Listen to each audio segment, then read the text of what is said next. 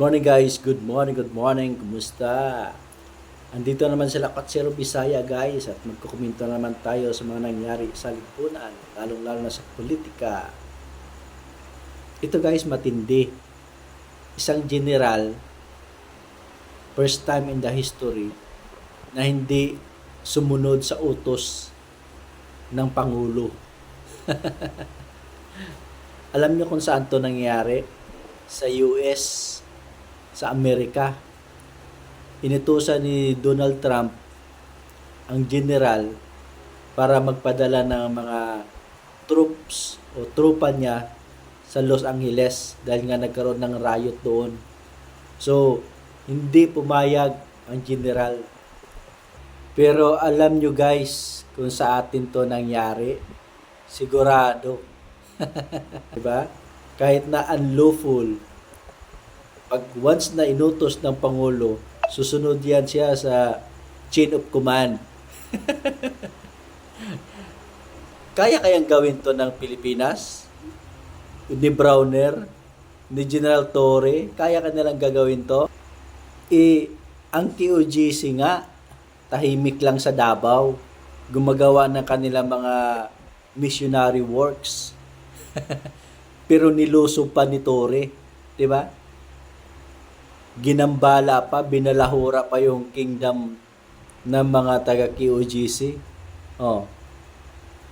Para lang makuha yung pangarap niya na magiging 4-star general, di ba?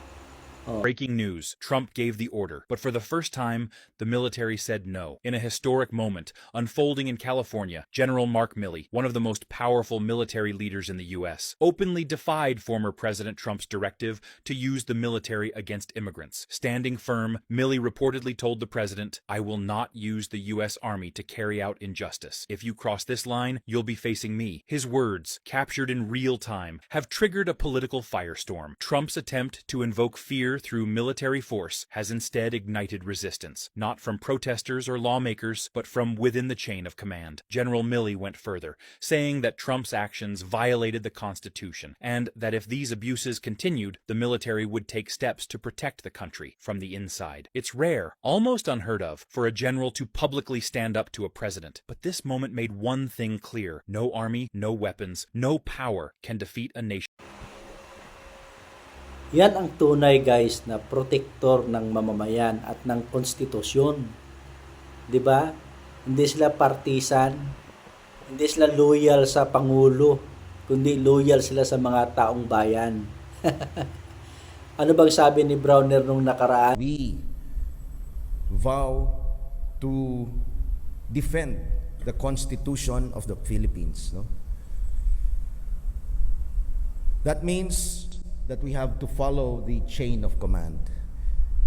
So sinabi natin, we are loyal to our country, we are loyal to our flag, we are loyal to our organization, and we are loyal to the Constitution.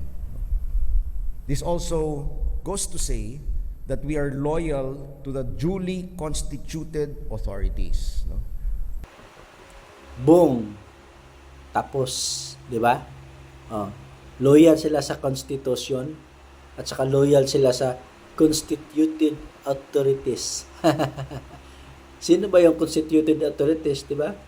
Yung chain of command. Sino ba yung chain of command? Si BBM. Ay, nako. Ang nangyari sa bansa natin. Kaya kahit na kitang-kita nila na ginahasa na ang bansang Pilipinas, pinagnanakawan na ang bansang Pilipinas, wala silang pakialam kasi loyal sila sa sa authorities di ba? Naka-follow sila sa chain of command di ba? Kita mo yung mga generals nga nakipag meeting pa nga sa office ni Speaker Romualdez, di ba? Kaya kahit na ginawa ng gobyerno is inabdak, kinidnap si Pangulong Duterte at pinadala sa ICC sa The Hague, walang pakialam ang sundalo kasi sumusunod lang sila sa chain of command. Luloko na yung Pilipinas. Pinagnanakawan ang kaban ng bayan. Chain of command pa rin ang dahilan, ang rason. Anak ng tipaklong yan.